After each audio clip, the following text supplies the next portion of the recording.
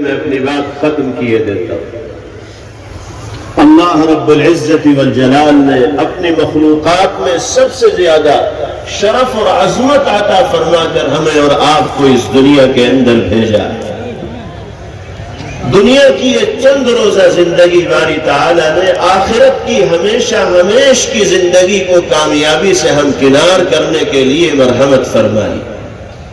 جو لوگ دنیا کی اس زندگی کو فکر آخرت کے ساتھ جی لیتے ہیں، اللہ ان کو دنیا کی دولتوں سے بھی مالا مال فرماتے ہیں اور آخرت کی سعادتوں سے اور کامیابیوں سے بھی باری تعالی ان کو سرفراز فرماتے ہیں۔ اور دیکھیے، ہمارا تو عقیدہ اور ایمان ہے اس بات پر کہ مالک الملک، احکم الحاکمین، سلطان السلاطین اللہ رب العزت والجلال ہے۔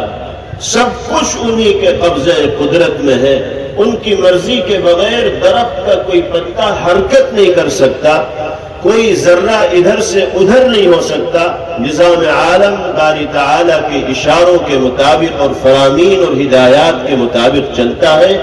دنیا میں اگر اچھے حالات ہیں تو وہ بھی اللہ کی مرضی سے ہے، اور دنیا میں بسنے والے انسانوں کو اگر حالات کی مخالفت کا اور ناسازگاری کا اور بے چینی کا سامنا کرنا پڑ رہا ہے تو وہ حالات بھی اللہ ہی کے برپا کرتا ہے۔ آج ساری دنیا میں مسلمان جن حالات کا سامنا کر رہے ہیں اور جس اضطراب اور بے چینی کا شکار ہے، وہ کسی پر مخفی اور پوشیدہ نہیں ہے۔ ان حالات کے لیے ہم نہ جانے کس کس کو ذمہ دار قرار دیتے ہیں کہ فلاں نے ہمارے حقوق کو دبا لیا، فلاں نے ہم پر ظلم کر لیا، فلاں نے ہم پر زیادتی کی، اور فلاں ہمارے ساتھ مظالم کا سلسلہ جاری کیے ہوئے ہے۔ لیکن سچائی وہ ہے جو جناب رسول اللہ صلی اللہ علیہ وسلم نے بیان فرمایا۔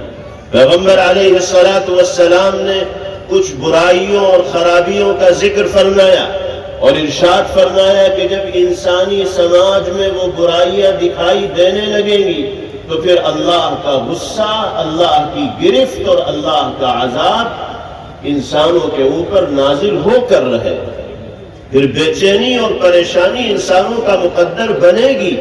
اگر ہمیں اس بے چینی سے اور پریشانی سے نجات حاصل کرنی ہے تو ان تمام خرابیوں کو اپنے سماج سے جڑ سے اکھاڑ پھینکنا ہوگا جو اللہ کے غصے اور غضب کو دعوت دینے والی۔